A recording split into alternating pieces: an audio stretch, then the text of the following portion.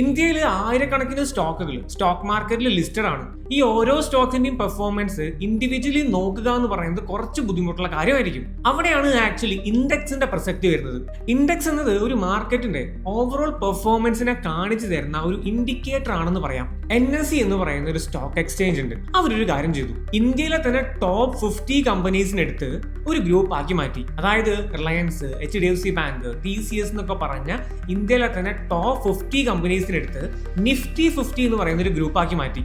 ഇതേ നിഫ്റ്റി 50 ഈ പറഞ്ഞ 50 സ്റ്റോക്കുകളുടെ പെർഫോമൻസിനെ ഒരു ഒറ്റ നമ്പറിൽ നമുക്ക് കാണിച്ചു തരും. ഈ നിഫ്റ്റി 50 എന്ന് പറയുന്നത് ഒരു ഇൻഡെക്സ് ആണ്. ഇന്ന് അതിന്റെ വാല്യൂ 25,000 ആണെന്ന് വിചാരിക്കാം. ഈ 50 കമ്പനീസും നല്ല രീതിയിൽ പെർഫോം ചെയ്യുകയാണെങ്കിൽ നാളെ ഇതിന്റെ വാല്യൂ കൂടി 25,200 ആവാം. നേരെ മറിച്ച് ഈ 50 കമ്പനീസ് പെർഫോം ചെയ്യുന്നത് മോശമായിട്ടാണെങ്കിൽ ഇതേ ഇൻഡെക്സിന്റെ വാല്യൂ കുറഞ്ഞ് 24,800 ആവാം. ഓരോ ഇൻഡെക്സിനെയും നമുക്ക് ഓരോ ബാസ്ക്കറ്റുകളാക്കി കൺസിഡർ ചെയ്യാം. ഓരോ ബാസ്ക്കറ്റും സ്റ്റോക്ക് മാർക്കറ്റിന്റെ പല കാര്യങ്ങളെ റെപ്രസെന്റ് ചെയ്യുന്നു എന്ന് മാത്രം.